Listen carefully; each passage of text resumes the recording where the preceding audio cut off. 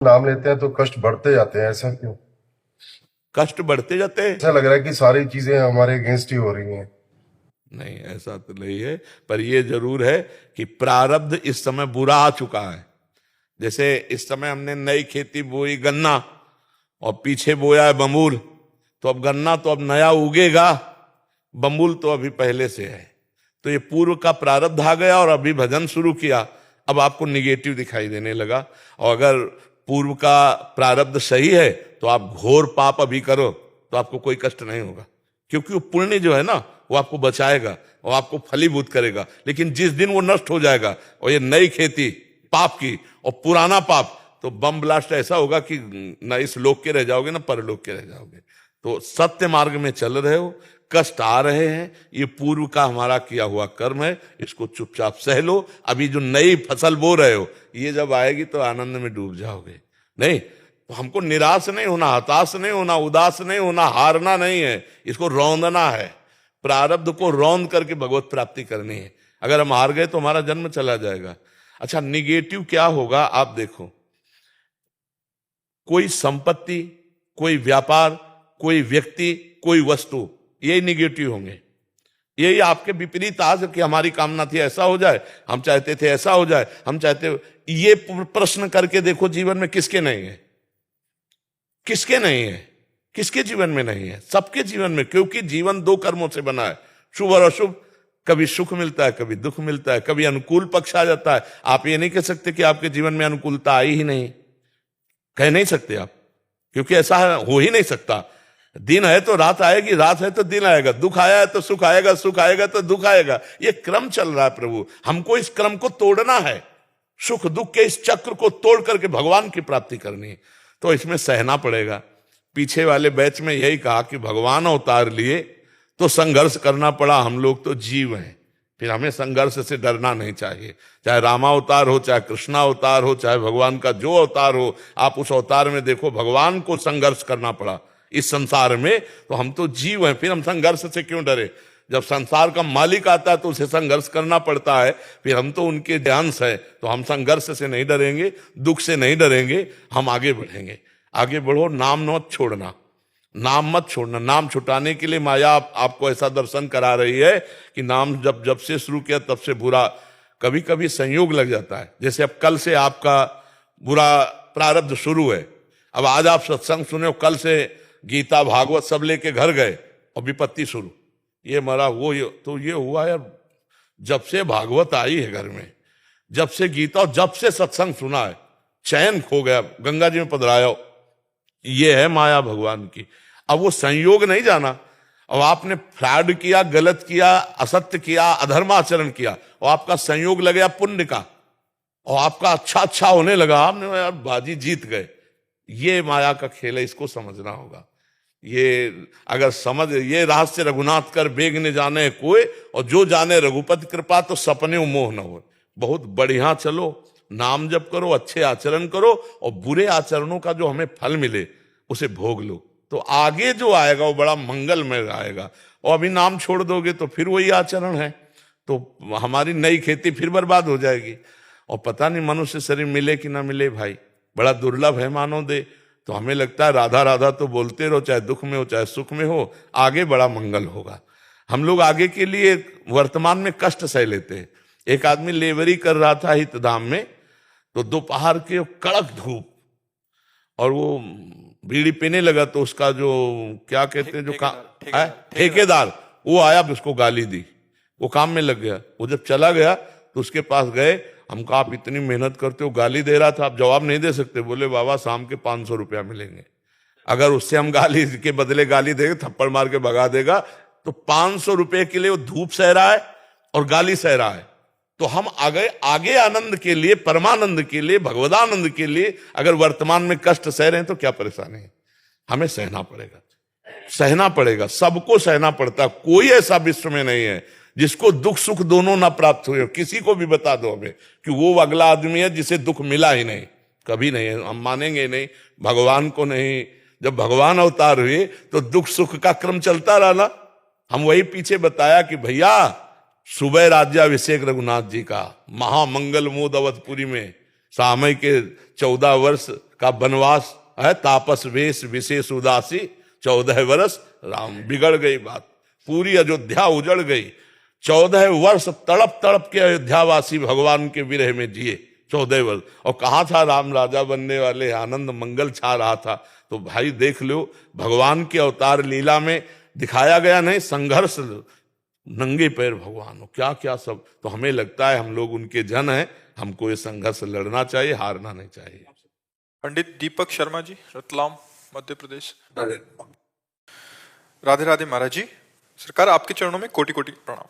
गुरुदेव भगवान, श्री जी ने इस दास को एक कर्मकांडी ब्राह्मण के रूप में कार्य पर लगाया हुआ है। गुरुदेव, जब किसी के ग्रहों के प्रतिकूल प्रभाव के कारण हम अलग अलग ग्रहों के उपचार हेतु उनके नाम का जाप अनुष्ठान करते हैं, जब इस सृष्टि को बनाने वाले समस्त ग्रहों इत्यादि को बनाने वाले श्री हरि हैं, तो क्या अलग अलग ग्रहों को साधने की बजाय यजमान को हरि तत्व से जोड़कर उनके पूरा क्लियर।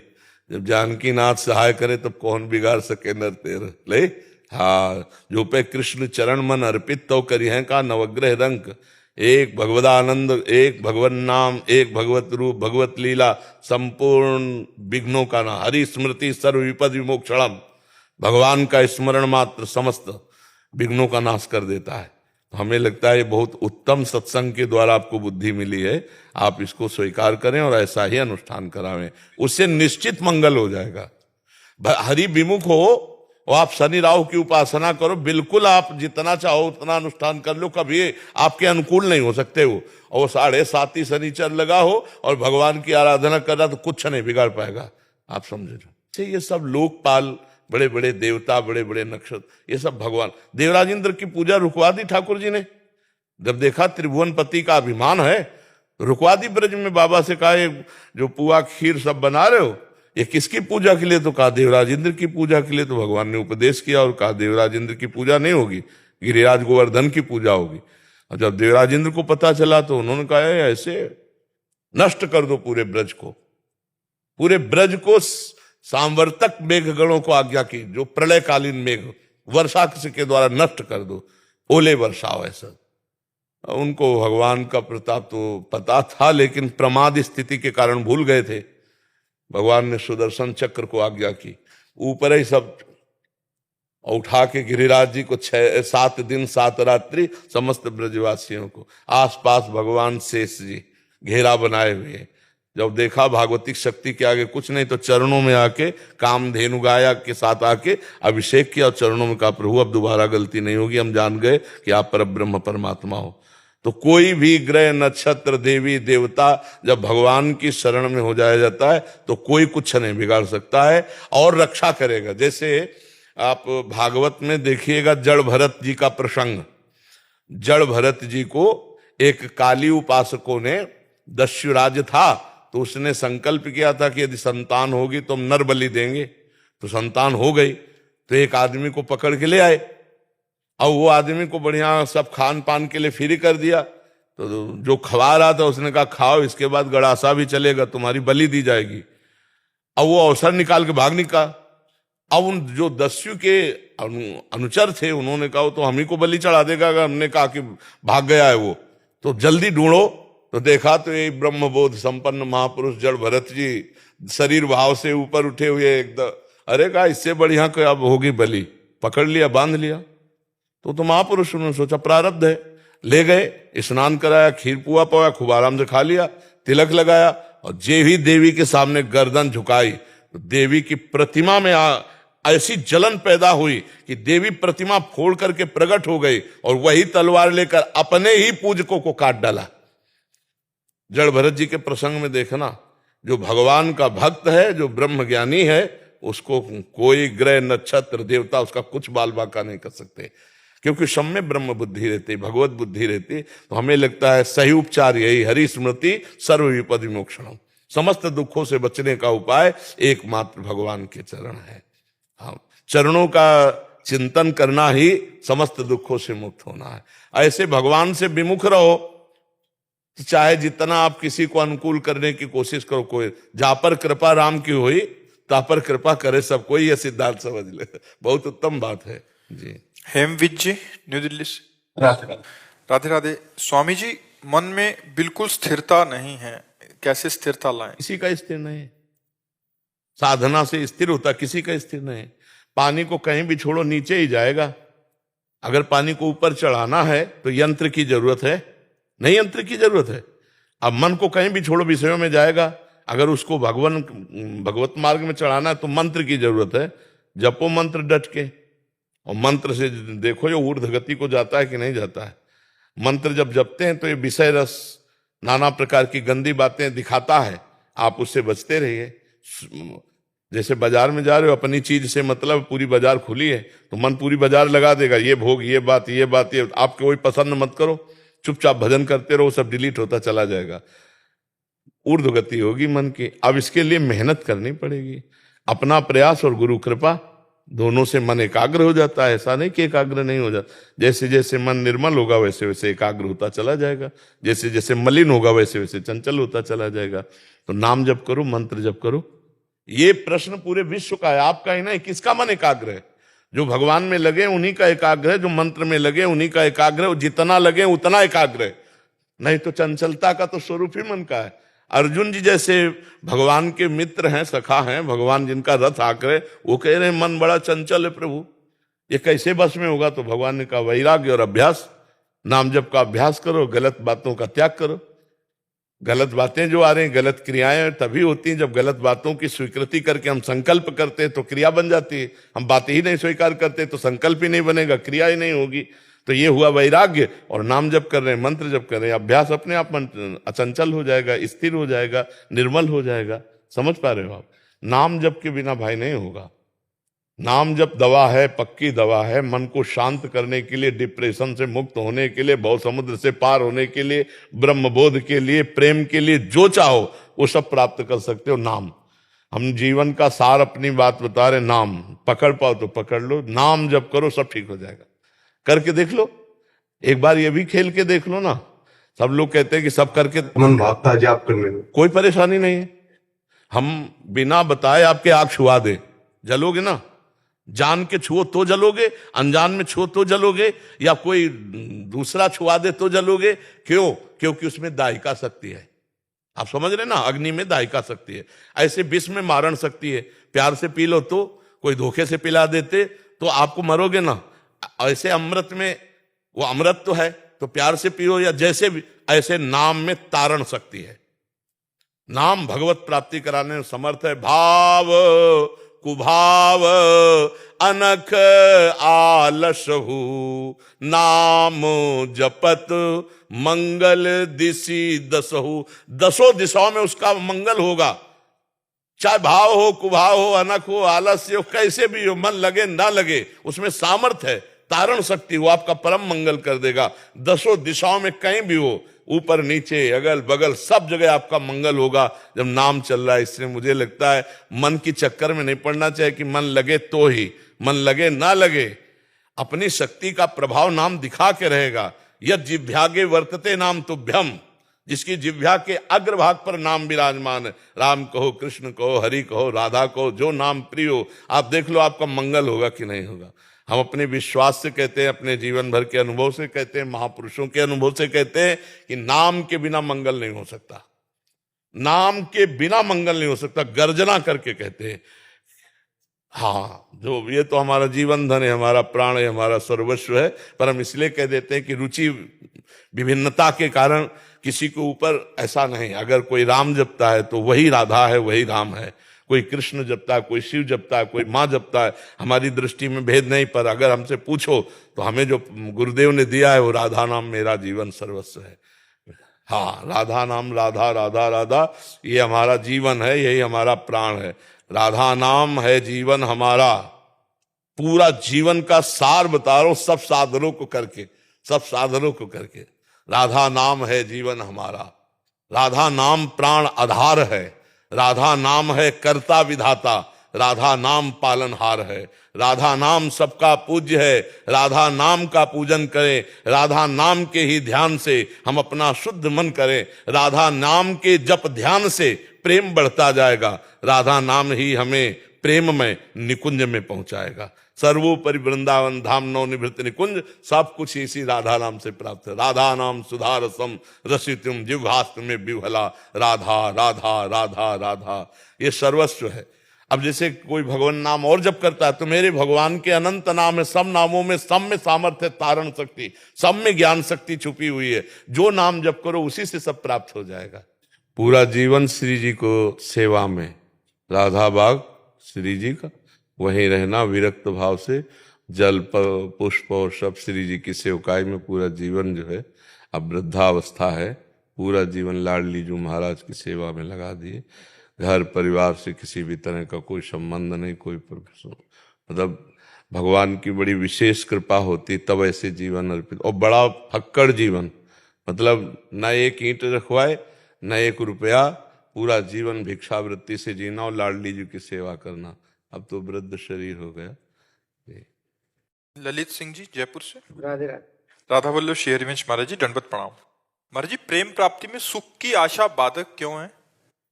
क्योंकि सुख देह धर्म से युक्त है और प्रेम भागवत धर्म से युक्त है। समझते हो? प्रभु से प्रेम होता है तो प्रेम गलियति साकरी तामे दोनों समाये। प्रेम में दो वृत्तियां नहीं चल सकती, अपना सुख और इष्ट का सुख नहीं चल सकता। अपना सुख तो देहाभिमान युक्त भोगानंद जो है ना, और परमात्मा सुख तो देह भाव विस्मृति, पांचों भूले देह शुद्धि, देह शुद्ध विस्मृति प्रेमानंद भगवदानंद। इसलिए प्रेम में स्वसुख वांछा बाधक है, तत्सुख भाव पूरक है। स्वसुख वांछा देह भाव को लेकर के है, इंद्रियों को लेकर के है। जो भगवत सुख का आनंद लिया जाता है वो स्वसुख वांछा नहीं, वो तो हमारी आत्मा है। आत्मा हरिवंश प्रगट परमानंद श्री हरिवंश प्रमाण मनम, हमारी वो तो आत्मा, जो आत्म सुख भगवत सुख है। जैसे हम प्रभु के ध्यान में सुखी हो रहे हैं तो ये तत्सुख है। तत् माने प्रभु, उनको प्रभु सुख है। और ये पर सुख है, देह पर है, जगत पर है, ये पर सुख है। पर सुख का मतलब हम सुख में आए तो हम गए, और तत्सुख भगवत सुख है। तत् माने परमात्मा सुख, तत्सुख परमात्मा सुख। तो अगर हम परमात्मा सुख में डूबे हुए तो प्रेम में डूबे हुए हैं, और देह भाव में डूबे हुए तो भोगानंद में डूबे हुए हैं। खान पान देखना सुनना ये सब जितने सांसारिक भोग हैं, शब्द स्पर्श रूप रस गंध, इनसे राग होता है, मोह होता है, आसक्ति होती, प्रेम नहीं होता। प्रेम तो सिर्फ प्रभु से होता है। संसार में यही जो प्रेम फैला तो उसको राग कहा गया, मोह कहा गया, आसक्ति कहा गया। और जब वो परमात्मा की तरफ गया, प्रियालाल की तरफ गया, तो वो प्रेम कहा गया। प्रेम में स्वसुख वांछा नहीं होती। सेवक सुख चाहे मान भिखारी, सेवक बन करके अपना शरीर सुख चाहे तो सेवा कैसे कर पाएगा? तो इसलिए स्वसुख वांछा बाधक है। अब आगे बढ़ोगे तो खुद दिखाई देगी स्वसुख वांछा कितनी बाधक। अब हम अपने सुख के किसी एक इंद्रिय सुख में फंस जाए तो प्रियालाल का विस्मरण होने लगेगा, प्रियालाल की सेवा सुख की भावना नहीं बन पाएगी। अपने सुख का चिंतन, ये खाना, ये देखना, ये भोगना, किसी एक वृत्ति में फंस जाए तो प्रेम में बाधा खड़ी हो जाएगी। जब सर्वेंद्रियां पूरा मन अपने इष्ट में, सुधो चले आपने धर्म रसकन सो प्रीतम का है, कबहू काल वृथा नहीं जाए। एक सेकंड भी ना अपना शरीर का चिंतन ना भोगों का चिंतन, एकमात्र भगवत चिंतन, तब प्रेम प्रगटता है। ऐसे थोड़ी प्रेम प्रगटता है, वो कहे दो चार बूंद आंसू आ जाना प्रेम थोड़ी है। प्रेम का मतलब है आठों पहर अपने इष्ट के चिंतन में बढ़्यो आनंद मोद सबके, महाप्रेम सुरंग रंगी, और न कछु सुहाय तिनको जुगल सेवा सुख पगी, निशिदेव से जानत नाहि सजनी, एक रस भींजी रहे गोप गोपिन आदि दुर्लभ, ते सुखे दिन प्रतिलह। बढ़्यो आनंद मोद सबके, महाप्रेम सुरंग, महा आनंद महाप्रेम प्रिया जी के चरणों से है। पर वहां तक पहुंचने के लिए पहले दूरादपास से स्वजनान, पहले अपने पारिवारिक सुखों का त्याग करे, फिर अर्थ के द्वारा प्राप्त करोड़ों प्रकार के सुखों का त्याग करे, फिर साधना के द्वारा प्राप्त सुखों का त्याग करे, तब प्रियालाल के सुख को प्राप्त होता है। दूरादपास स्वजनान सुखमर्थ कोटिम, सर्वेषु साधन वरेषु चिरम निराशा, वर्षंत में सहजाद्भुत सौख्य धाराम, श्री राधिका चरण रेणु मनुस्मराम। अब देखो, जैसे प्रियालाल की आप भक्त हो तो भगवत चर्चा हो रही है, अब यहाँ कोई विषय चर्चा करने लगे तो आपका मन जाएगा? नहीं जाएगा ना। एक एक इंद्री संभल गई। ऐसे हम प्रियालाल का ध्यान कर रहे हैं, हमारे सामने कोई कितना भी प्रिय आवे अच्छा नहीं लगेगा। ऐसे हम प्रियालाल का उच्छिष्ट पा रहे तो हमें कोई अन्य भोग नहीं। ऐसे संपूर्ण इंद्रियां प्रियालाल में लग जाए तो सुख वांछा कर, फिर क्या सुख नहीं मिलता, क्या अपार सुख मिलता है। वो भगवत सुख है। विषय सुख त्याग की बात कही गई, समझ रहे हैं आप। विषय सुख का भोगने वाला भगवत प्रेम में नहीं जाता है। जो नहीं खान पान ते भावे है, नहीं कोमल वसन सुहावे है, सब विषय लगे ते खारा है, हरि आशिक का मग न्यारा है। नारायण हरि भजन में पांचों न सुहात, विषय भोग, निद्रा, हंसी, जगत प्रीति, बहुबात, ये अच्छा नहीं लगता प्रेमी जनों को। अपने आप से सुख वांछा का नाश हो जाता है। अब खूब चाहे खान पान सुख चाहे अपने, तिनको प्रेम छुअत नहीं सपने। जो हमें अच्छे अच्छे भोग मिले सर वो प्रेमी नहीं, ये विषयी पुरुष है, भगवान की आड़ में वासनाओं का खेल खेल रहा है। समझ पा रहे आप जी। जगते भयो फिरे वैरागी, तब वृंदावन रस में अनुरागी। प्रियालाल के प्रेम में तब जब संसार का राग हटे तभी तो। अगर संसार के राग में फंसा है तो फिर प्रेम नहीं। समझ पा रहे आप, कोई संशय? जब प्रेम में अष्ट विकारों का होना आवश्यक है। भैया जब बुखार आ जाएगा तो सारे लक्षण आ जाएंगे। वो होना क्या, करना पड़ता है क्या? विकारों का जो अष्ट विकार प्रेम के हैं वो विकार तो नहीं, वो तो निर्विकार है, पर उनको कहा जाता है अष्ट सात्विक भाव कहे जाते हैं उसमें जो आता है। तो जब बुखार आएगा तो उसके लक्षण नहीं आ जाएंगे, तो जब प्रेम आएगा तो उसके लक्षण अपने आप आ जाएंगे। ये मतलब कोई हमारी क्रिया थोड़ी है, वो तो स्थिति है। जब प्रेम आता है तो प्रेम का स्वभाव होता है, वो एक भी कामना नहीं रहने देता। कामना रहितम, माया के 3 गुण है, गुण रहितम, सूक्ष्मतरम, अनुभव स्वरूपम, प्रतिक्षण वर्धमानम, ये प्रेम का लक्षण है। जहां प्रेम आया तो रुदुषस्वरम राजन, वो भगवान के लिए रोता है, कभी नाचता है, कभी गाता है, कभी हंसता है। छिन छिन रुदन करंत, छिन गावत आनंद भरी, छिन छिन हार हसंत, ये जो कृपा हरिवंश की, छिन छिन विहरत संग, छिन छिन निरखत प्रेम भरी, छिन जस कहा। तब अब स्थिति आ गई तो अपने आप कभी रोमांच हो रहा है, कभी कंपायमान है, कभी रुदन कर रहा है, कभी एक अलौकिक दशा में बैठा हुआ, बाहरी कोई प्रेम का लक्षण नहीं, अंदर भाव समाधि लगी हुई है। ये सब स्थिति में होता है। उसमें थोड़ा है कि अष्ट सात्विक विकार करना पड़ता है क्या, ये तो फिर नाटक हो जाएगा। वो होता है, वो स्थिति होती है उसकी। समझ पा रहे हैं आप जी। नवीन ठकराल जी। राधा वल्लभ श्री हरिवंश महाराज जी। महाराज जी, साधक संजीवनी जी के एक अध्याय में एक श्लोक में व्याख्या में बोला है कि ब्रह्म को निर्गुण निराकार, परमात्मा को सगुण निराकार और भगवान को सगुण साकार बताया। महाराज जी, ब्रह्म, परमात्मा और भगवान में क्या अंतर है, इसके बारे में? वाटर, पानी, तोय, जल, इनमें क्या अंतर है? बस इतना है। योगी उसे परमात्मा कहते हैं, ज्ञानी उसे ब्रह्म कहते हैं, भक्त उसे भगवान कहते हैं और प्रेमी जन उसे लाडले कहते हैं। हमारे लाडली लाल की जय। तो यहाँ भगवान भी नहीं कहते, यहाँ तो प्यारे राधा वल्लभ लाल की जय, प्यारे बांके बिहारी लाल की जय, प्यारे राधा रमण लाल की जय, ऐसा यहाँ नहीं कहेंगे। भगवान राधा वल्लभ लाल की जय ऐसा कहेंगे तो समझ लेना बाहरी है, वो अपने वृंदावन का प्रेमी नहीं है। यहाँ तो लाल कहा जाता है, लाडले कहा जाता है, लाडली जो कहा जाता है। तो उन्हीं को ज्ञानी जन ब्रह्म कहते हैं और योगी जन परमात्मा कहते हैं और भक्त जन भगवान कहते हैं और प्रेमी जन प्रीतम कहते हैं। कोई अंतर तो नहीं, आप समझ गए? अरे एक सवाल था, जैसे कहते परमात्मा सगुण है, तो सगुण तो हम मानते हैं सब। आप हमारी बात समझिए। जाकी रही भावना जैसी, प्रभु मूर्ति देखी तिन तैसी। वो निराकार तो निराकार समझ में आएगा, वो साकार तो साकार समझ में आएगा, वही स्त्री पुरुष तो स्त्री पुरुष समझ में आएगा, जड़ चैतन्य तो जड़ चैतन्य समझ में आएगा, वो पापी तो पापी समझ में आएगा, वो निष्पाप तो निष्पाप समझ। जैसा तुम देखना चाहो वैसा वो दिखाई देता है। जाकी रही भावना जैसी, प्रभु मूर्ति देखी तिन तैसी। वो क्या है, आज तक कोई निर्णय नहीं कर पाया, बस अपनी अपनी मति और गति तक वो समा गया। वो अथाह समुद्र है, आज तक कोई उसका निर्णय नहीं कर पाया कि वो ये है। वेद कहते हैं नेति नेति। अब कोई सगुण मान करके तृप्त हो गया, कोई निर्गुण मान के तृप्त हो गया, कोई साकार मान के तृप्त हो गया, कोई निराकार मान के तृप्त हो जाओ उसमें, जुड़ जाओ उसमें।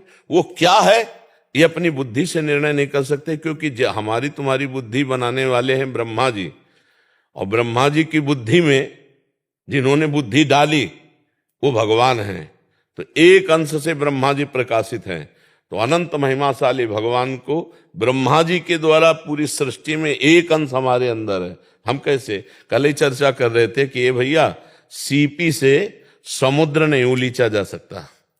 सीपी समझते हो, एक कीड़ा होता है उसमें ऐसे दो ऐसे ढक्कन जैसे होते हैं, हाँ उसको सीपी कहते हैं। हमारी बुद्धि सीपी है और प्रभु क्या है, समुद्र है। तो हमको जो भाव रुचे, हमको वो मार्ग पकड़ करके रसास्वादन करना चाहिए।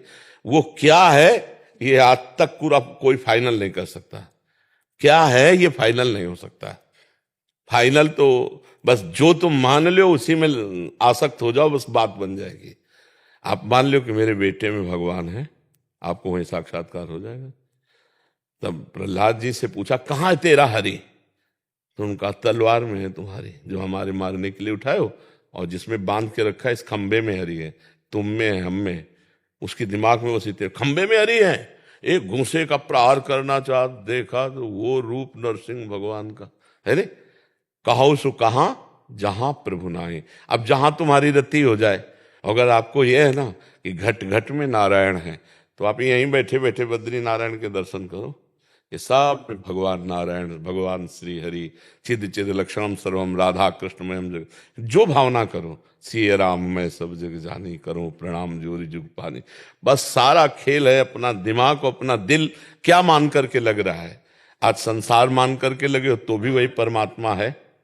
सब कोई परमात्मा से प्यार करता है, पर अनजाने में। जैसे प्यारा पुत्र है और उसके अंदर से परमात्मा चला जाए, तो पुत्र के शरीर को कितने दिन रख पाओगे। अगर आपसे पूछा जाए कि इसी से प्यार करते थे अब क्यों हटा रहे हो, बोले नहीं वो चला गया। तो क्या उसको जानते थे क्या, बोले नहीं, जानते तो इसको थे। शरीर से प्यार करते पर अनजाने में हम परमात्मा का आदर करते हैं।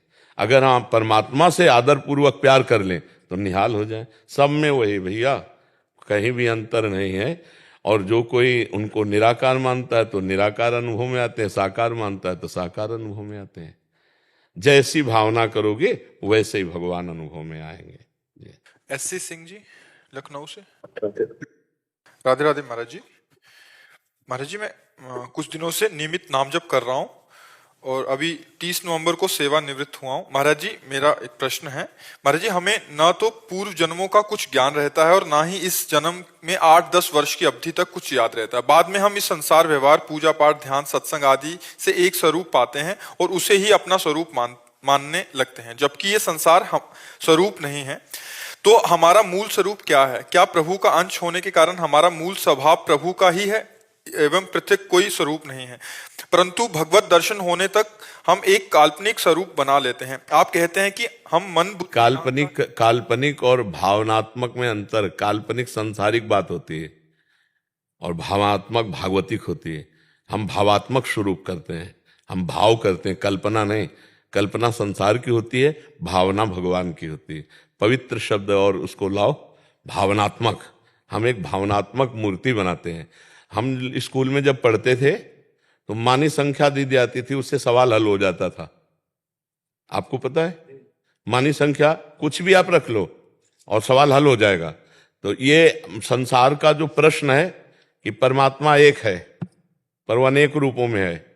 अब मानी संख्या आप मान लो परमात्मा किसमें, माता में, पिता में, भाई में, बंधु में, गुरु में, पशु में, पक्षी में, दीवाल में, पत्थर में, लकड़ी में, जहां भी तुम मानो मानी संख्या मेरे पर ब्रह्म परमात्मा। अब सवाल हल हो जाएगा। एक जगह आसक्त हो जाओ मेरे श्री विग्रह में, कहीं भी परमात्मा भाव से, वो सब ये सारे रूप प्योर शुद्ध परमात्मा के हैं, प्योर, कोई मिलावट नहीं। जैसे हम किसी बात को समझाने के लिए खंडन और मंडन दो पद्धतियां अपनाते हैं।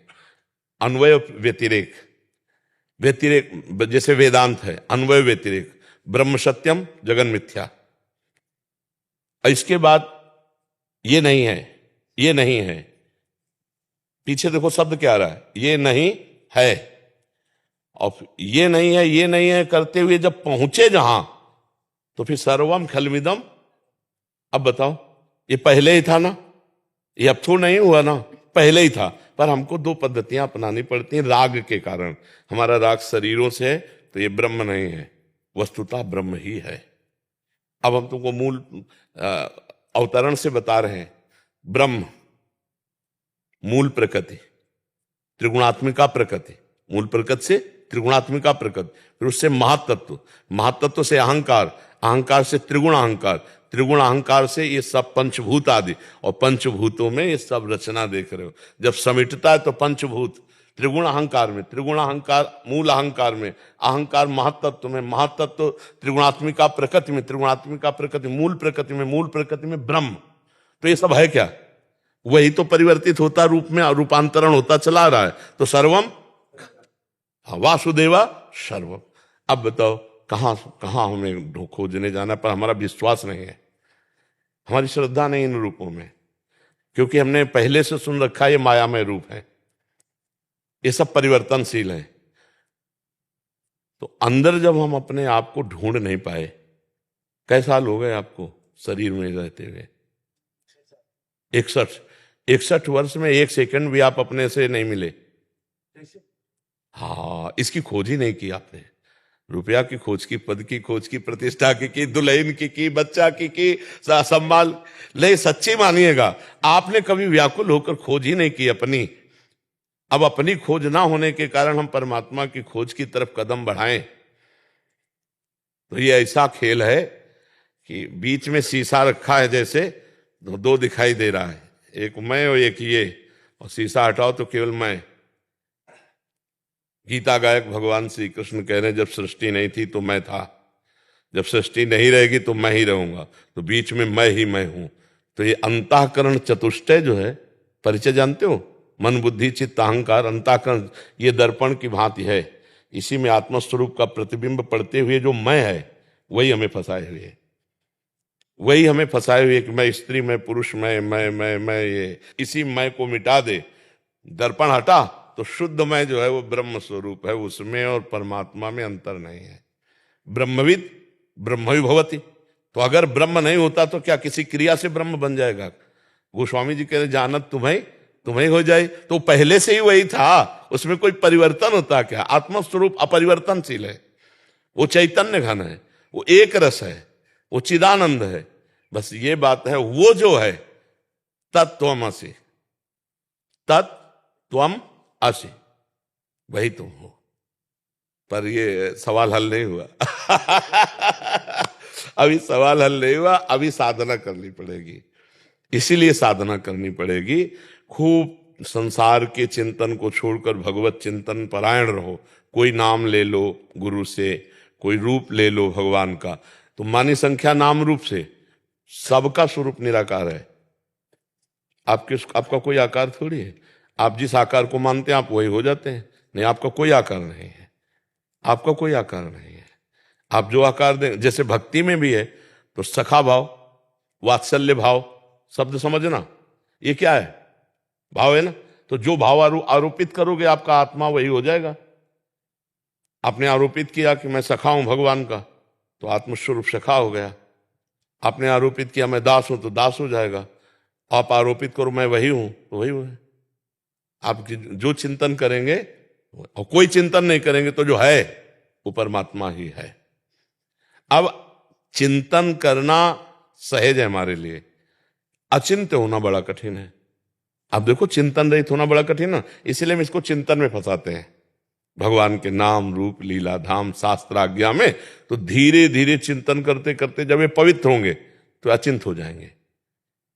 मन बुद्धि जब तक मलिन तब तक चिंतन है, असत चिंतन के हाँ सत चिंतन। और जब वो मैं बचता है तो ना असत होता है ना सत होता है, ना असत होता है ना सत होता, कोई चिंतन। महाराज मेरा जो प्रश्न आगे भी था जी, जैसे मृत्यु के बाद आदमी का शून्य हो जाता है या उसका जो एक भाव है वो बना रहता है, कुछ जो सच्ची? पूरे संस्कार बने रहते हैं, पूरे संस्कार। जैसे मूर्छा के बाद जगेगा ना, तो पूर्व का सारा याददाश्त तो जितनी भी है वो पुनः जागृत हो जाएगी। ऐसे ही हमारे जितने संस्कार कर्म हैं वो जागृत हो जाए। केवल ये हमें याद नहीं रहेगा कि हम पूर्व में किसके यहाँ थे और मनुष्य थे। पूरी आदतें, ये नहीं याद रहे, हाँ, पूरी आदतें और पूरे कर्म शुभ अशुभ उसके संस्कार में रहेंगे, ये रहेंगे। वो बस उसको ये स्मृति नष्ट हो, जैसे ऐसी जन्म की हमें स्मृति नहीं, माँ के गर्भ में हम थे 9 महीने, क्या स्मृति है क्या? ये बहुत छोटी स्मृति अपनी देख लो इसी जन्म में कि हमारी माँ की स्मृति नहीं है कि हम माँ के गर्भ में कैसे कष्ट सह रहे थे। तो हम पूर्व जन्म की बातें क्या जाने। ये बड़ी कृपा है, भगवान ने जो विस्मरण करा दिया। अगर वो सब याद रहता तो हम डिप्रेशन में होते, कभी उबर नहीं पाते, नहीं उबर पाते। भगवान ने बड़ी कृपा की। परसों क्या खाया आपने, तो आपने याद करना पड़ेगा परसों की बात। बड़ी कृपा की जो विस्मृति करवा रहे हैं, पर इतनी कृपा कर दे कि अपनी विस्मृति न करवावे, अपनी स्मृति करवा दे तो सब बात बन जाए। महाराज जी कहते हैं कि मनुष्य जन्म जी और मुमुक्षुत्व जी, और आप जैसे सत्संग की प्राप्ति, हाँ। ये तीनों दुर्लभ है। हाँ अब जब ये मिल गए हैं, हाँ, तो अब अपना काम बना लो। ध्रुवदास जी महाराज कह रहे, बार बार तो बनत नहीं या संजोग अनूप, मानुष तन वृंदा विपिन रसिकन संग विरूप। रसिक महापुरुषों का संग, भगवद उपासना का रंग, इतना बढ़िया अवसर मिल गया। आप एक क्षण भी नाम न छोड़ो, आपको अपने स्वरूप का भी बोध हो जाएगा, प्रेम हो जाएगा, जो चाहोगे प्राप्त हो जाएगा। नाम पकड़ लो। हम आपको कह रहे हैं ज्ञान मार्ग, योग मार्ग, कर्मकांड, भक्ति, सबसे हम गुजरते हुए आए हैं। क्योंकि ब्राह्मण के घर जन्म हुआ था तो नैष्ठिक ब्रह्मचर्य कर्मकांड का पूरा बचपन से, गायत्री अनुष्ठान आदि, बलिवैश्य देव आदि, पितृ तर्पण आदि, ये सब। अब इसके बाद सन्यास, ज्ञान मार्ग, तो ज्ञान और योग प्रधान होता है, ज्ञान में योग प्रधान होता है, वो दोनों का। और इसके बाद ये महाप्रेम रस, वृंदावन नित्य विहार रस। इसलिए आखिरी तुम्हें बात बताते हैं, नाम, नाम का सहारा ले लो, सब ज्ञान प्राप्त हो जाएगा। जो राम राम नहीं कह पाते थे, मरा मरा बोलते थे, वो ब्रह्म ज्ञानी हो गए और वाल्मीकि रामायण की रचना की। आप नाम पे, और नाम नहीं है तो अटकल लगाने से ब्रह्म बोध नहीं होगा। ये नाम के द्वारा गति प्राप्त होती है। जब हृदय में एकदम कोई आकांक्षा नहीं, विनिवृत्त कामा और अद्भुत आनंद, तो उसी आनंद में अपने स्वरूप का बोध होता है। अपने को द्वारा, अपने स्वरूप, इंद्रियों के द्वारा या मन बुद्धि के द्वारा नहीं होता। स्वरूप बोध अपने आप से अपने आप का होता है। मन बुद्धि की ताकत नहीं है स्वरूप तक पहुंचने की। समझ रहे हैं? खूब नाम जप करो, पहले साधन करो तो साध्य तक पहुंचा जा सकता है। मयंक जी हरियाणा से, राधा वल्लभ श्री हरिवंश महाराज जी। महाराज जी, बचपन से ही माँ भगवती के दर्शन, उनके धाम का सानिध्य और कृपा से आपका सत्संग मिला। क्या एक ही समय पर माता जी के दर्शन की लालसा व उनसे प्रिया लाल की प्रीति मांगना व प्रिया लाल की शरणागति होना गुरु अनन्यता में विघ्न है? हमें लगता है अनन्यता तो वही है कि अन्य न रह जाए चिंतन में। अन्य कोई है नहीं, वही वो है, इसी का नाम अनन्यता है। श्री हनुमान जी महाराज से श्री रघुनाथ जी कह रहे हैं, सो अनन्य गति जाके असमति न टरे हनुमंत, मैं सेवक सचराचर रूप स्वामी भगवंत। हम जिस भाव में हैं वही भाव चराचर जगत में फैल जाए तो उसे अनन्यता कहते हैं। अन्य कोई रही न जाए। जैसे हम देवी माँ के उपासक हैं तो देवी प्रपन्नार्ति हरे प्रसीद, प्रसीद मातर जगतो खिलस्य, प्रसीद विश्वेश्वरी पाहि विश्वम, त्वमीश्वरी देवी चराचरस्य। हे माँ, तुम्ही चराचर रूप में प्रकाश, माँ के सिवा कोई है नहीं, केवल माँ है माँ। यही अनन्यता होती है। अभी सही माने में अनन्यता नहीं आई है, इसलिए प्रश्न आ गया।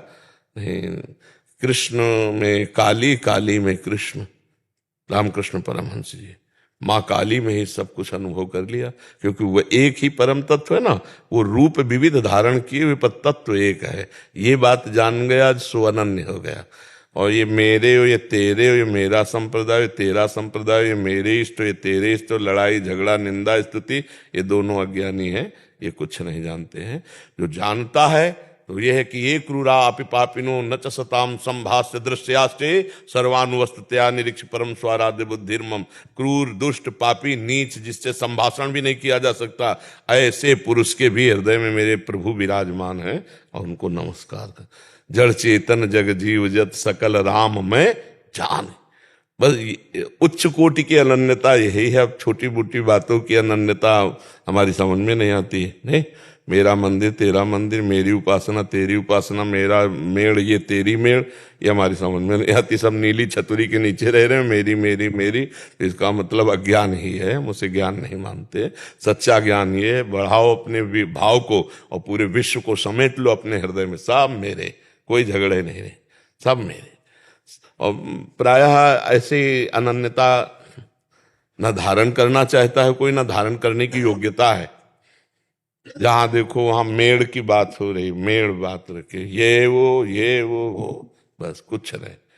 बस लड़ाई झगड़ा, निंदा स्तुति, सब ये। जिधर देखो उधर कूड़ा करकट दिमागों में फैल रहा है, अनन्यता के नाम पर कट्टरता और एक दूसरे की निंदा स्तुति। इसे अनन्यता आना हमारे शास्त्र में कही गई है। विद्या विनय संपन्ने ब्राह्मणे गविहस्तनी सुनी चय सुपाके चा पंडिता समदर्शिना।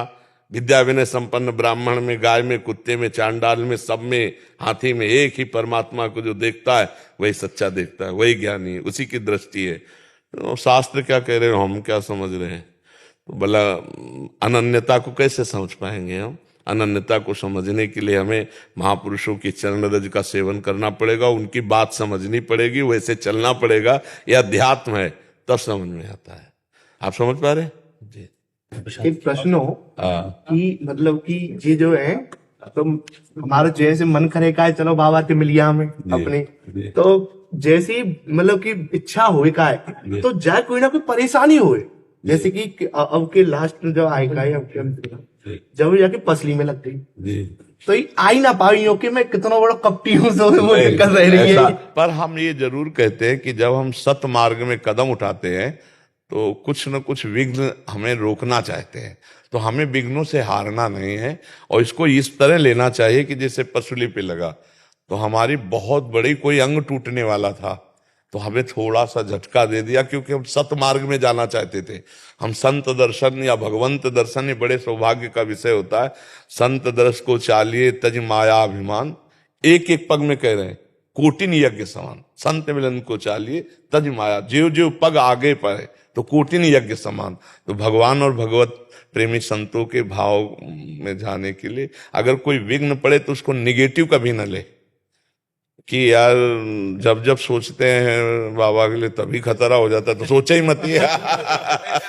ऐसा ले बाबा, लोगों का कितना भी भला करो तो बुराई लास्ट में मिलती है, ऐसा नहीं। देखो इसमें भी थोड़ा सुधार कर लो कि नेकी कर दरिया में डाल। नेकी करने वाले से धन्यवाद लेने की इच्छा मत रखो। अगर धन्यवाद लेने की इच्छा रखोगे तो दुखी हो जाओगे। ये संसार है, तुम पानी पिलाओगे और बाद में तुम्हें जहर पिलाने की सोचेगा, ऐसा संसार है। पर हम अपना कर्तव्य करें। जैसे एक बिच्छू गंगा जी में बहती जा रही थी तो एक साधु ने निकाला तो उसमें मारा, फिर गिर गई, फिर निकाल ले। तो एक आदमी ने कहा जब मारते तो क्यों निकाल ले? तो उनका उसका स्वभाव है बिच्छू का, हमारा स्वभाव साधु स्वभाव, हम निकाल के रहेंगे चाहे जितना मारे। तो जैसे आप लोग भगवत पार्षद हो, दूसरे का हित कर रहे हो, तो उनका स्वभाव अगर दुष्ट है तो आपके प्रति दुष्टता का ही व्यवहार करेंगे। आप प्रसन्न भाव से सह जाओगे तो आपको श्री कृष्ण कृपा मिलेगी। स्वर्णिमा मिश्रा जी प्रयागराज से। राधा वल्लभ श्री हरिवंश महाराज जी, आपके चरणों में कोटि कोटि प्रणाम। महाराज जी, भक्ति किसी दूसरे देवी देवता के प्रति हो और जिन्हें गुरु रूप में स्वीकार करना चाह रहे हैं वो किसी अन्य देवी देवता का नाम की दीक्षा दे रहे हो, तो ऐसी परिस्थिति में गुरु दीक्षा हेतु क्या करें? नहीं लेना चाहिए। इष्ट मिले और मन मिले, मिले भजन रस रीति, तहा निशंक है मिलिए, तासों कीजे प्रीति। हमारा मन राम जी के चरणों में, हमको कोई और मंत्र दे तो रुचि नहीं रहेगी ना। और रुचि ही भगवत प्राप्ति कराती है। हमारी रुचि अगर संसार में है तो संसार का विषय आनंद, प्रभु में है तो भगवतानंद। अब हमारे प्रभु के विविध अवतार हैं, विविध रूप हैं, विविध लीला हैं। तो अगर हमारा जहां आसक्ति हो हमें कोशिश करना चाहिए उसी आसक्ति से युक्त गुरु की प्राप्ति। इष्ट मिले और मन मिले, मिले भजन रस रीति। अगर ऐसे अनजाने में प्रवचन सुना और गुरु मंत्र ले लिया और फिर बाद में आप उन पर मंत्र पर नाम पर दो कि हमारी तो अमुक पर और ये तो अमुक उपदेश किए हमारा, अब फिर खिचड़ी मन हो गया, अब मतलब आपका भजन परिपक्व नहीं होगा, अपराध बन जाएगा। इसलिए हम कहते हैं जल्दी गुरु मत करो, पहले समझो क्या उपासना है, क्या इनका उद्देश्य है, क्या है। अगर हमारा मन नहीं मिल रहा है तो हम और संत देखें, बहुत से संत भगवान हैं जो हमारे उपासना के अनुकूल मिल जाएंगे। हमको अपनी उपासना के, अगर हम एकदम कोरे कागज हैं तब तो कोई बात ही नहीं है, किसी संत महापुरुष के शरण में लेके चल दे। लेकिन अगर अपनी रुचि बन चुकी है कि हमारी राम जी में रुचि है, हमारी श्याम जी में रुचि है, या हमारी अमुक, तो फिर अपनी रुचि के पुष्ट करने वाले गुरुदेव को वरण करना चाहिए। उससे उपासना में बहुत रंग आ जाएगा। विपरीत चिंतन करने में बहुत कठिनता आ जाती है। समझ किसका प्रश्न है, तो आप समझ पा रहे हैं? हाँ, तो ऐसे ही संत का वरण करो, ऐसे गुरुदेव का वरण करो जो आपकी उपासना के अनुकूल आपको उपदेश दे सके। आयुष मल्होत्रा जी। राधे राधे राधे महाराज जी। महाराज जी, अगर हार जाएं तो जीते कैसे? अपने ऊपर भरोसा कैसे करें? हमने तो हार कभी हार मानी नहीं, हजारों बार हार के अवसराय पर हार मानी नहीं, मुझसे जीत का एक इशारा माना। जब हार होती तो हम उसमें ढूंढते हैं कि मेरी हार कहाँ से हुई, कौन सा पॉइंट है जिसमें हमसे चूक हो गई, तो हमारी जीत का वो कदम बनेगा। हार को हमने कभी हार माना नहीं, कभी निराश नहीं हुई, कभी हताश नहीं हुई। जिद्दी स्वभाव, ये हम अपने लिए नहीं कह रहे, ये उत्तर दे रहे हैं हम आपको। हाँ, हार को कभी हार मानना नहीं, निराश नहीं, उदास नहीं, हताश नहीं। हार गया तो मैं किस पॉइंट से हारा मुझे देखना है, मेरे अभ्यास में कमी हुई या मेरे अंदर प्रमाद स्थिति आ गई। हम इसे भाग्य नहीं मानते। भाग्य को तो झाड़ू लगा के कोने में रखना है, नहीं तो भगवत प्राप्ति भाग्य से नहीं होती। हमारा भाग्य कितना बड़ा, पीछे का कर्म ही तो है। हम इतना विशाल कर्म करेंगे कि उसे दबा देंगे, राधा राधा राधा, और चूक कहां हुई। रात दिन अपने कर्तव्य कर्म के अभ्यास में दृढ़ हो जाए तो सबसे ज्यादा प्रवीण हो जाएगा। अभ्यास में बहुत बड़ी ताकत है, बहुत बड़ी ताकत। आंख मूंद करके आदमी को लिटा करके आसपास नारियल रख करके गन से मार रहा है, जरा चूक जाए तो उसकी खोपड़ी फट जाएगी। अभ्यास योग युक्तेन चेतसा नाम्ने गामिना। अर्जुन जी को अभ्यास से दिव्य बनना हुआ। जब देखा कि दीपक बुझ गया और भोजन का कवल मुख में ही गया, तो अर्जुन ने कहा ये ऐसा कैसे हो गया, हम प्रकाश में पा रहे थे, इसका मतलब इसका अभ्यास है। तो मतलब अभ्यास अगर हो जाए तो कुछ भी किया जा सकता है। रात्रि में साए बाणों की, तो उनके जो गुरुदेव थे वो गए, देखा तो उनका, अर्जुन इतना तुम्हारे अभ्यास में प्रियता है, तो उनका गुरुदेव विश्व का सबसे बड़ा धनुर्धर बनना है। तो द्रोणाचार्य जी ने कहा मैं आशीर्वाद देता हूं तुम्हारे अभ्यास को देखकर कि विश्व में तुम्हारे जैसा धनुर्धर कोई नहीं होगा। तो हम भी भगवान के अंश हैं यार, हम थोड़ी चूक कर देते हैं, मनोरंजन के लिए हम ढील दे देते हैं, अपने अभ्यास में प्रमाद कर देते हैं। चाहे पढ़ाई हो, चाहे जो भी हो, हमको बिल्कुल उसमें तन्मय रहना है। राधा राधा राधा पढ़ाई हमारा कर्तव्य, तो हम इतनी मोटी ग्रंथ होगी हम उसे कंठस्थ कर लेंगे, पूछो कहां से पूछोगे। पर यह तभी होगा जब ब्रह्मचर्य ठीक होगा, खान पान ठीक होगा, नहीं तो स्मृति का नाश हो जाता है ब्रह्मचर्य। आज जो नए बच्चे हैं ना, ब्रह्मचर्य का नाश मतलब स्मृति का नाश, दिमाग प्रमाद, गंदी बातें देखना, यही सब अच्छा लगेगा। उन्हें हम कह रहे ब्रह्मचर्य में इतनी ताकत है कि कोई भी बात आप सुनाओ और 10 दिन बाद आप पूछ लो आकर के, वही वैसे उस मिलेगी। तो हमें लगता है कि जैसे शरीर स्वस्थ है और ब्रह्मचर्य हो, तो ये तो बहुत छोटी छोटी किताबें होती, इतने मोटे मोटे ग्रंथ ऐसे पूरे याद हो जाते हैं दिमाग में। एक बार सुनाओ दिमाग में बैठ गए, क्योंकि स्मृति है।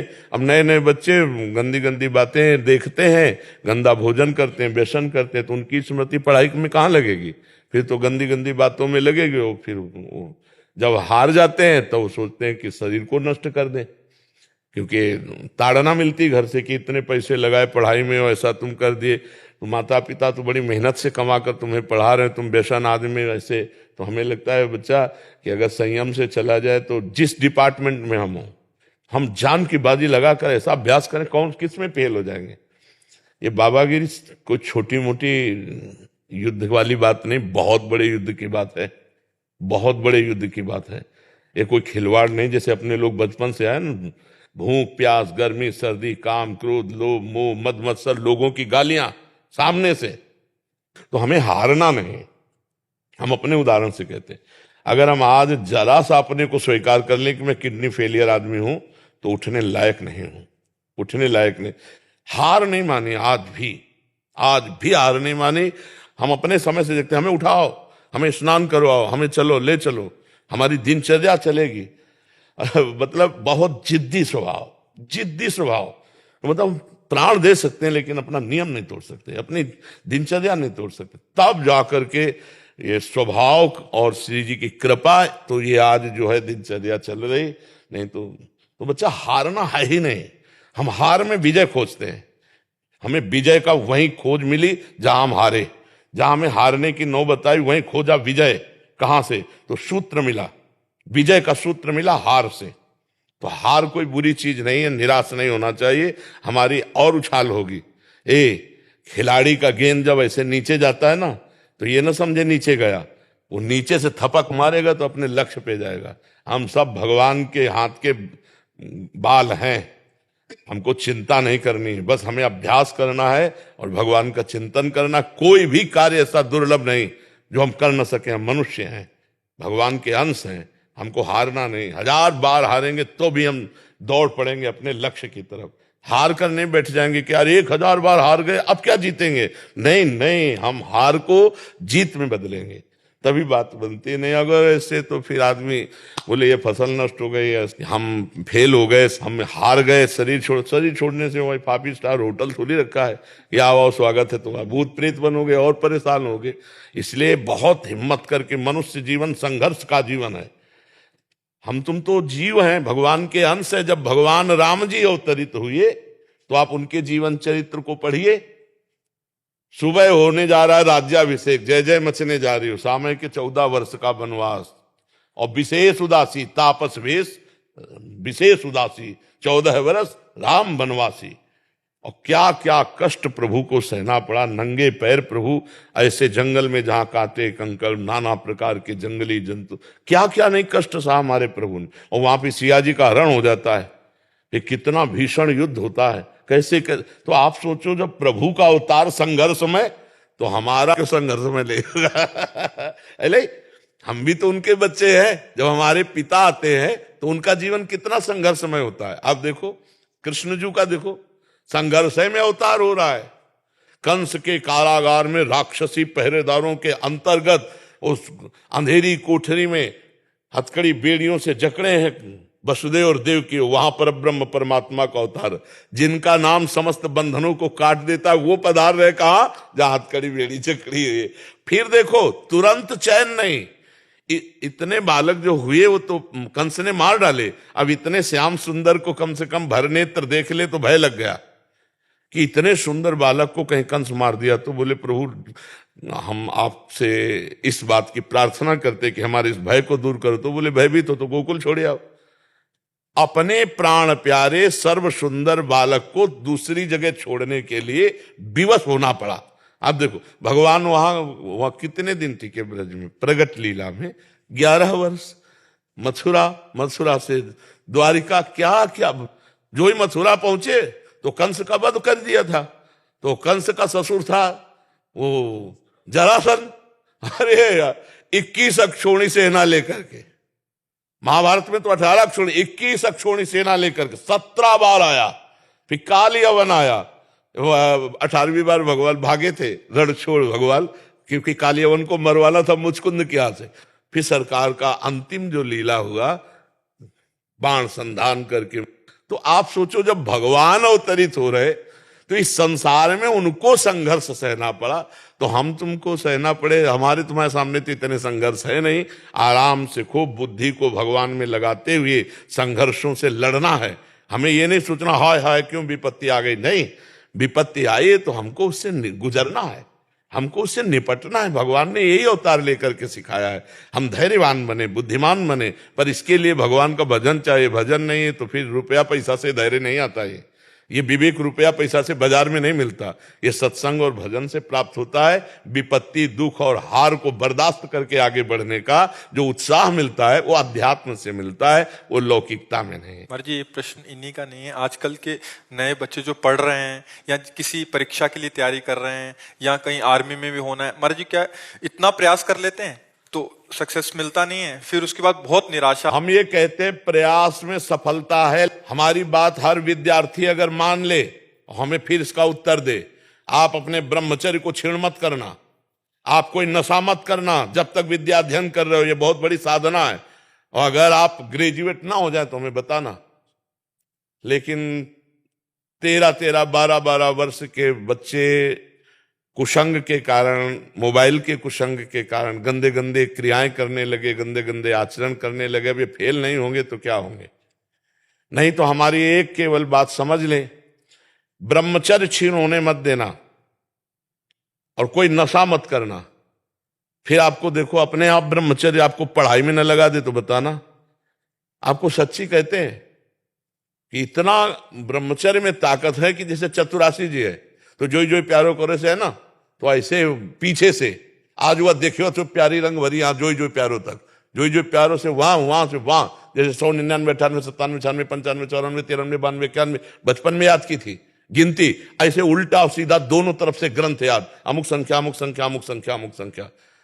हम अगर जिस कार्य में लगे तो उसमें तन्मयता, अब कैसे बताएं, सैकड़ों हजारों बच्चों में फैल गया है हस्तमैथुन, हजारों बच्चों में फैल चुका है। मुख्य कारण यही। हाँ, और मुख्य कारण यही, और डॉक्टर सपोर्ट करते हैं तुम्हारा स्वास्थ्य अच्छा रहेगा। हम अपनी किसानी भाषा में कहते हैं गेहूं की फसल, जो अगर कोई किसान हो, इनमें कोई किसानी जानता हो तो जानना, गेहूं की फसल जब गलेथ में आती है, गलेथ का मतलब होता बाली निकली नहीं, निकलने वाली है, और आप काट लो, ना भूस मिलेगा ना दाना, और 1 महीना और ठहर जाओ, बाली आ जाने दो, दाना पक जाने दो, तो 40 मन गिरेगा के। तो हम कह रहे हैं 20 वर्ष तक जवानी का गलेथ आता है, उसको ब्रह्मचर्य में रखो, उसको काटो मत, और 20 के बाद जब ब्याह करो तो 20-25 वर्ष तक आप संसार के खेल खेलो, आप देखो कोई परास्त नहीं कर सकता। हम अभी 13, 14, 15, 16, 17, हाँ जवानी तो इधर उधर गंदी बातों में नहीं। तो हम कह रहे हैं कि ब्रह्मचर्य में अपार सामर्थ्य है, अपार सामर्थ्य है। ये नवीन बच्चे जो ब्रह्मचर्य नष्ट करें बहुत घातक, जैसे 20-21 के बाद ब्याह हो गया, अब उसके ब्रह्मचर्य कोई परिपक्व अवस्था आ गई, अब वो अगर गृहस्थी में प्रयोग भी करता है अपने ब्रह्मचर्य का तो 10-20 साल उसको चक्कर नहीं आएंगे, कोई परेशानी नहीं होगी। पर एक अपनी मर्यादा से जिसका पाणी ग्रहण किया, अब ऐसे पशुवत आचरण करोगे तब तो फिर नष्ट ही हो जाओगे। तो ये जो बच्चे फेल हो रहे हैं, इनके 2 कारण हैं, ब्रह्मचर्य का नाश और व्यसन। तो माता पिता के आचरण भ्रष्ट होने के कारण बच्चों के आचरण और भ्रष्ट होते चले जा रहे हैं। इसीलिए शिक्षा तो है ही नहीं महाराज जी, कहीं ना स्कूल में सिखाया जाता है हमें, ना समाज में सिखाया जाता है। ये ऐसे शिक्षा महाराज जी आप दे रहे हैं तो समझ आ रही है, तो बड़ा महाराज जी माता पिता सिखा नहीं सकते, बाहर दोस्त आदि हैं वो तो और परमात्मा में घुसा दें ऐसा। हाँ, जैसे हम लोग स्कूल जाते थे तो हम लोगों को अलग से मक्खन अम्मा देती थी, पढ़ाई है बच्चों की बुद्धि लगती है। अब चाउमीन खा के स्कूल जाते या 1 लीटर बठा और 2 रोटी शाम की बनी हुई, और जब मीसो तो पूरा वैसे खस्ता की तरह जल्दी से सुबह पाया और दौड़ लगा के 3 किलोमीटर स्कूल था, स्कूल गए तो वो सब पच जाता था और पौष्टिकता थी। अरे आज के बच्चे देखो ना, चाय पीते हैं प्रारंभ में ही, चाय ये 40 के बाद की बात है, या जो बहुत दिमागी कार्यों में लगे हुए हैं जैसे कंप्यूटर आदि में, वो दिमाग थकान हो रही, थोड़ी सी चाय ले ली। अब नए बच्चे चाय की जरूरत है, अब वो सुबह बेड टी चाहिए उनको, 9 बजे तक सो के उठ रहे हैं, बेड टी पी, और उनके खान पान क्या होते हैं। इसके बाद जो स्कूल में हमारे तो वो बताते थे संस्कृत के जो थे कि ब्राह्मी लेकर पीना चाहिए जिससे स्मृति शक्ति पुष्ट होती है, ब्रह्मचर्य पुष्ट होता है। तो ऐसा खान पान रहता था। अब खान पान में क्या रह गया, आप देखो खान पान में क्या रह गया। तो हमारे बच्चों की भविष्य खतरे पे है। जब कभी बच्चे खड़े होते हैं आकर ना, कि उनको 2 शब्द में यही समझाते हैं, हमारी इतनी बात मान लो, गर्लफ्रेंड बॉयफ्रेंड इससे बचो, अब ये अवस्था नहीं है। हम कहते हैं दोस्त बनाना पाप नहीं है, लेकिन दोस्त के साथ पाप करना पाप है। दोस्ती बना, दोस्ती कर लो। अगर आपको ऐसा लगता है कि हम दोनों दोस्त आजीवन रहे, तो अपने माता पिता से स्वीकृति लेकर पाणी ग्रहण करके बाद में पहले पढ़ो लिखो, नौकरी पेशा में आओ, दोनों दोस्त बने रहो, गंदा आचरण मत करना, और फिर पाणी ग्रहण करके फिर ब्याह करके, तो वो संबंध जीवन भर निर्वाह होगा। और ये जो पहले ही 10 दिन ये बॉयफ्रेंड ब्रेकअप, फिर 10 दिन वो बॉयफ्रेंड ब्रेकअप, ये हो क्या रहा है भैया? ये क्या हो रहा है? क्या चरित्रहीनता का खेल खेला जा रहा है? ये बॉयफ्रेंड गर्लफ्रेंड है? कहाँ है? मतलब अभी स्कूल चले थे पढ़ने के लिए और ये शुरू कर दिया तो हो गया बॉयफ्रेंड गर्लफ्रेंड। इसी में सब हेरा रही हमारी समाज। और हमें तो बार बार कहने में भी संकोच लगता है कि बच्चों की जो गंदी आदतें हैं, माता पिता को चाहिए कि उनके पास बैठकर मित्रवत बात करें, दोस्तवत बात करें और उनको बताएं कि देखो ये गंदी बात है, इसको त्यागो, और उसके लिए डॉक्टरों का सहयोग लें, जैसे आयुर्वेदिक औषधियां हैं, और उनको बताए कि हम मानते हैं तुमसे गलती हो गई, लेकिन तुम इसका सुधार करो। अपने बच्चों के बीच में घुसना चाहिए, उनके जीवनचर्या में, उनकी सोच में अपनी सोच मिलानी चाहिए। तो इसलिए हमें लगता है बच्चों से अब ऐसी बातें नहीं करना चाहिए कि अगर गलत किया तुम नहीं, अगर गलत हो जाए तुमसे ना, तो तुम हमारे पुत्र हो, हम तुम्हें दोस्त की तरह बचाएंगे, कोशिश करो गलती ना हो, अगर गलती होगी तो तुम्हारी गलती में हम सम्मिलित रहेंगे, हम तुम्हारे दोस्त भी हैं। तो बच्चे का उत्साह बनता है, वो अपनी हर बात माता पिता से शेयर कर सके तो बच सकता है। पर ऐसा प्रायः माता पिता नहीं होते हैं, प्रायः भय प्रदान कर देते हैं। हमें लगता है भय की वृत्ति से आप बच्चों को नहीं बचा सकते, प्यार की वृत्ति से बचा सकते हो, भय वृत्ति से नहीं बचाया जा सकता। और ये बहुत बड़ा रोग है, आपको हम कैसे बताएं। एक 13 वर्ष का बच्चा खड़ा होना मुश्किल हो गया। अब बच्चे हैं, उनको तो कुछ समझ में नहीं आ रहा, उनको तो लग रहा है सुख का साधन है, और वो 8-8, 10-10 बार तो खड़े होना मुश्किल हो गया। तो हमें लगता है यार बच्चों को बचाओ। तभी हमारे भारत की जो पीढ़ी है वो, इन्हीं में कोई एमएलए है, इन्हीं में कोई सांसद बैठा हुआ है, इसी में कोई महात्मा बैठा हुआ है। मान लो अपने लोग स्कूल में पढ़ रहे थे, पता थोड़ी होता कि हम एमएलए बनेंगे। अगर सही संस्कार हुए तो हमारे भारत का इसमें उत्थान होगा कि ये नई पीढ़ी संभाल ली जाए, माता पिता समाज मिल करके इनको व्यसन मुक्त करे, व्यभिचार मुक्त करे, तो ये आगे बढ़ सकते हैं।